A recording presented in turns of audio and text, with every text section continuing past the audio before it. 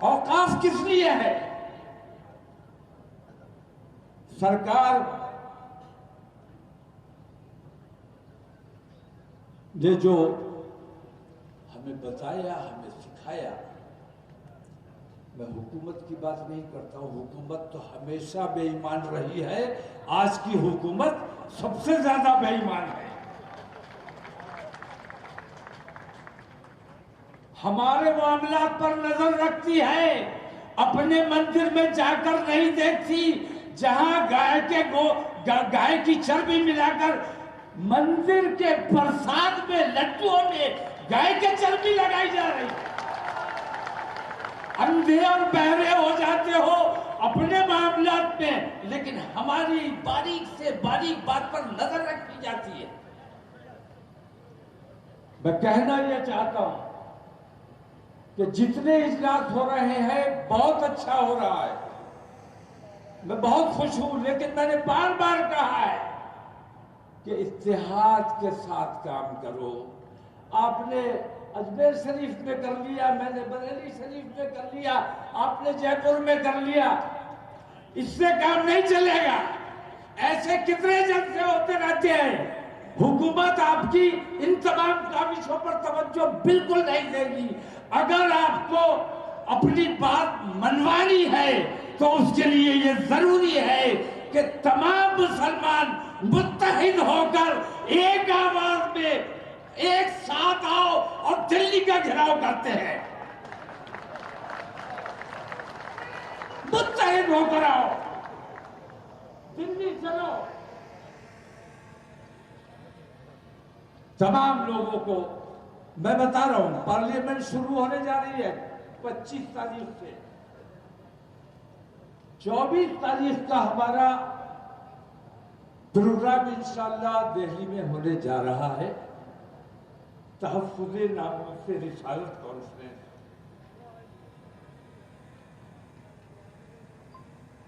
اگر آپ تمام لوگ ذمہ داری کے ساتھ اس طرف توجہ دیں گے کہ ہمیں اپنی طاقت دکھانی ہے اور منوانی ہے، تو خوف کو ترک کرو، گھر سے باہر نکل کے آؤ۔ دلی تک تمہیں آنا ہے، اور دلی اگر آ جاؤ گے تو میں تمہیں یہ یقین دلاتا ہوں کہ انشاءاللہ اسی پارلیمنٹ کے سیشن میں ان دونوں بے ایمانوں کی، بدماشوں کی، جنہوں نے گستاخی کی ہے، ان کی گرفتاری بھی ہوگی، اور اسی پارلیمنٹ کے سیشن میں اس نندا کے خلاف بل بھی پاس کرا جائے گا، قانون بنایا جائے گا کہ کسی مذہبی رہنما کے خلاف کوئی آواز نہیں اٹھائی جا سکتی۔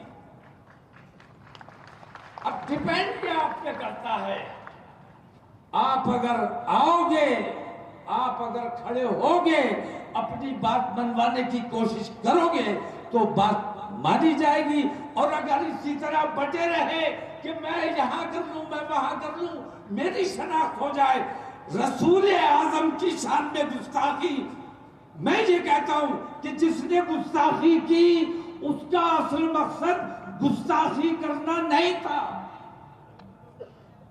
اسے شہرت حاصل کرنا تھی۔ اور آج یہ فیشن بن گیا ہے کہ مسلمانوں کے خلاف آواز اٹھاؤ، مسلمانوں کو تکلیف پہنچاؤ، مسلمانوں کی لنچنگ کر دو، مسلمانوں کو زد و کوب کر دو، قرآن کی بے حرمتی کر دو، رسول کی شان میں گستاخی کر دو۔ بہت وائرل ہوتا ہے، بہت لائکس ملتے ہیں، اور حکومت بے ایمان ان کی سرپرستی کرتی ہے، انہیں گرفتار نہیں کرتی ہے، اور نتیجہ یہ ہوتا ہے کہ ان کی گرفتاری نہ ہونے کی وجہ سے گلی محلے کے چھٹ بھائیے اللہ کی شان میں گالیاں بکی جا رہی ہیں، رسول اللہ کی شان میں گستاخی کی جا رہی ہے، اور یہ ہر جگہ ہو رہا ہے، ہر جگہ ہو رہا ہے۔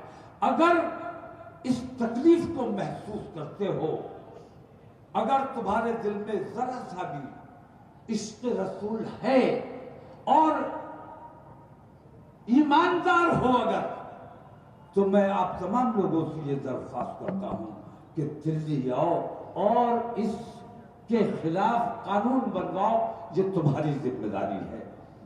اوقاف کے حوالے سے میں اتنا کہنا چاہوں گا کہ الحمدللہ ہم بیدار ہیں، کسی کے باپ کی طاقت نہیں ہے کہ ہماری جائیدادوں پر قبضہ کر لے۔ اور میں کہتا ہوں تم آؤ، 24 تاریخ کو یہ بات ہوگی، یہ دکھایا جائے گا کہ آج ہم پورے امن و امان کے ساتھ آئے ہیں، ہاتھ میں ترنگا لے کر آئے ہیں، قانون اپنے ہاتھ میں نہیں لیا ہے، قانون کے دائرے میں آئے ہیں۔ لیکن اگر ہماری باتیں نہیں مانی گئی تو 15 دن کے بعد پھر آئیں گے، اور اس دن تمہاری ذمہ داری ہوگی، اس دن ہم اپنے طریقے سے آئیں گے۔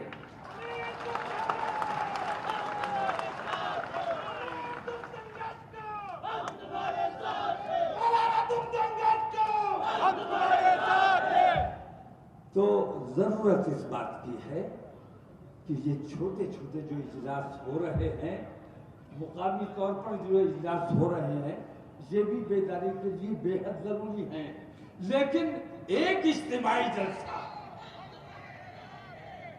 جہاں آپ جے پور سے چلو تو دلی تک جام ہونا چاہیے، اس انداز میں اگر نکلو گے تو تمہاری سنی جائے گی۔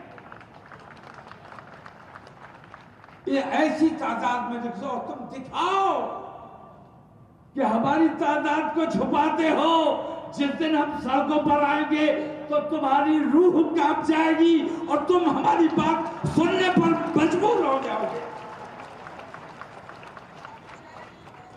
ہم اس جذبے کے لوگ ہیں، الحمدللہ مجاہد ہیں۔ مجاہد کو بہت خراب لفظ ان لوگوں نے، ہر شخص مجاہد ہے، ہر شخص مجاہد ہے۔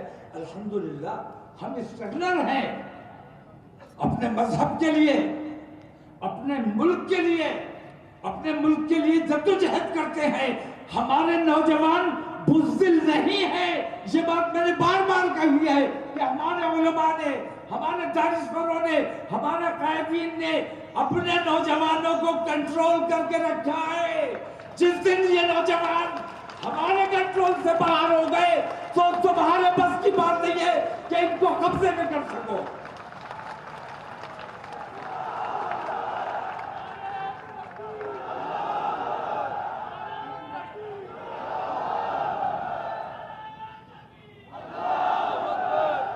بہت سی باتیں ایسی ہوئی جو میں نے قبل وقت کی، لوگوں کی سمجھ میں نہیں آیا۔ میں نے کہا موبائل 2016 سے میں چیخ رہا ہوں کہ موبائل اپنی کم سن بچیوں کو مت دو۔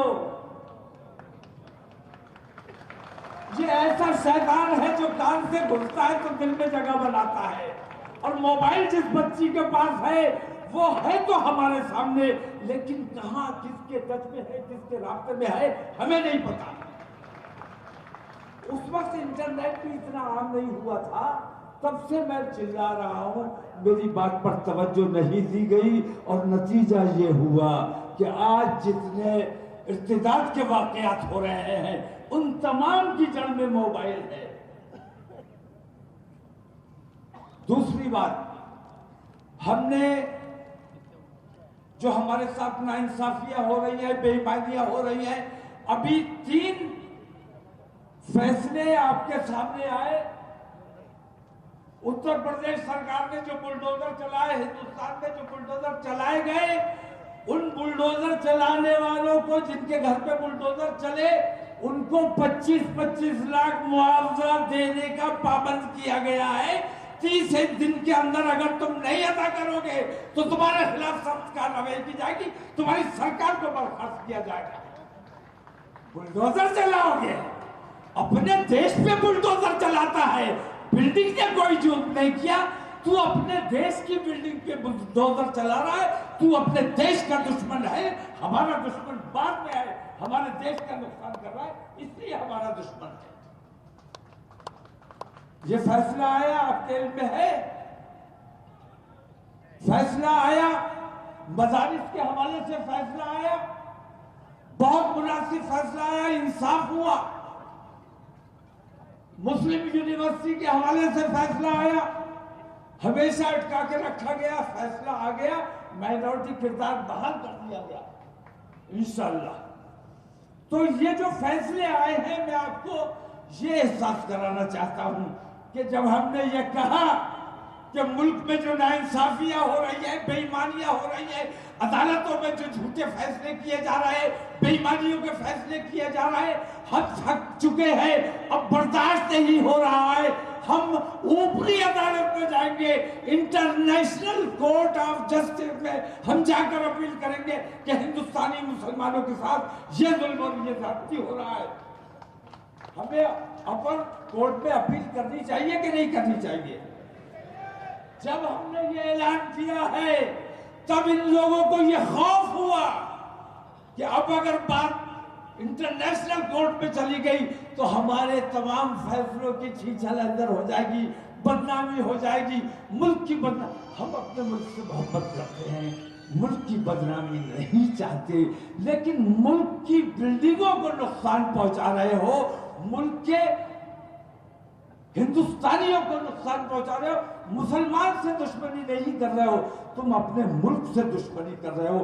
اس لیے ہم مجبور تھے کورٹ آف جسٹس جانے کے لیے، لیکن سپریم کورٹ کو احساس ہو گیا کہ اگر کورٹ آف جسٹس یہ چلے گئے تو کتنے فیصلے ہم نے بے ایمانی کے کیے ہیں وہ تمام ان پر بات کی جائے گی، ان پر بات کی جائے گی اور ملک کا انصاف بدنام ہوگا۔ اس لیے ابھی جو فیصلے آئے ہیں اس دباؤ میں آئے ہیں، تو میں کہنا یہ چاہتا ہوں کہ ٹک فار ٹیٹ سے کام چلے گا۔ ہم آدمی ہیں تمہارے جیسے، جو تم کرو گے وہ ہم کریں گے، ٹھیک ہے؟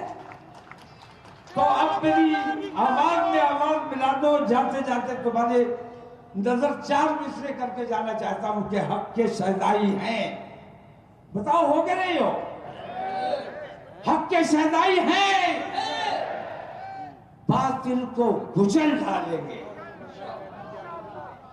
حق کے شہدائی ہیں، باطل کو کچل ڈالیں گے، گردش دہر بھی الجھی تو مسل ڈالیں گے، اور ہم نے جس دور کو چاہا ہے بدل ڈالا ہے، اور جس دور کو چاہیں گے انشاءاللہ بدل ڈالیں گے۔ دہلی میں شامیانہ لگا کے، اسٹیج سجا کے آپ کا انتظار کر رہا ہوں۔ اگر آپ آؤ گے میں مضبوطی سے بات کر سکوں گا، اگر آپ آنے میں کوتاہی کر گئے، لاپرواہی کر گئے، تو میں عظمت رسول اور سیرت رسول پر بات کر کے خاموشی سے اپنے گھر چلا جاؤں گا۔ ذمہ داری آپ کی ہے، کام آپ کا کر رہا ہوں۔